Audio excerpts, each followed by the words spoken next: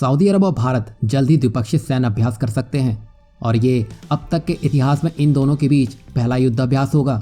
आज से पहले सऊदी अरब अपनी सेना को युद्ध की बारीकियां सिखाने के लिए पाकिस्तान और अमेरिका के भरोसे रहता था, लेकिन मोदी सरकार की विदेश नीति और हाल ही में भारतीय सेना प्रमुख जनरल एमएम नरवणे की रियाद यात्रा के बाद सऊदी अरब की विदेश नीति में बड़ा बदलाव देखने को मिल रहा है। एक रिपोर्ट के अनुसार यह युद्धाभ्यास सऊदी अरब में आयोजित किया जाएगा।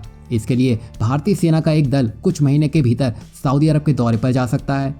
इस युद्धाभ्यास से न केवल सऊदी अरब की सेना की ताकत में इजाफा होगा, बल्कि खाड़ी के देशों में रणनीतिक हालात में भी बड़ा बदलाव होगा। यहाँ हम आपको बता दें कि पिछले साल भारतीय सेना प्रमुख जनरल एमएम नरवणे यूएई और सऊदी अरब के ऐतिहासिक दौरे पर पहुंचे थे और यह भारत के किसी भी सेना प्रमुख का पहला सऊदी अरब और यूएई का दौरा था।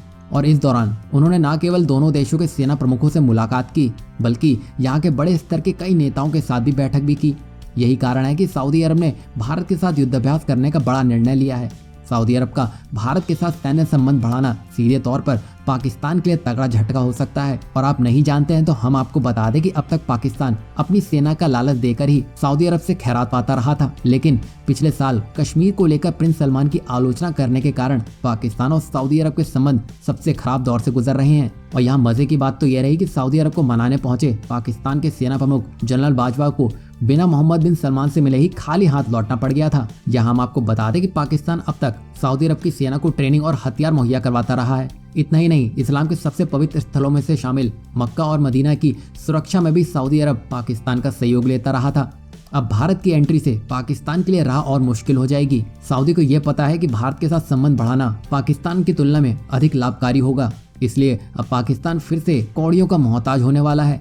पाकिस्तान अपने सदाबहार दोस्त चीन की मदद से भारत को अदन की खाड़ी में घेरने की कोशिश कर रहा है। इस क्षेत्र से होकर दुनिया का आधा तेल और गैस की सप्लाई होती है। इतना ही नहीं, एशिया से अमेरिका जाने वाले व्यापारिक जहाज अदन की खाड़ी से होकर ही सेवेज नहर के रास्ते अटलांटिक महासागर जाते हैं।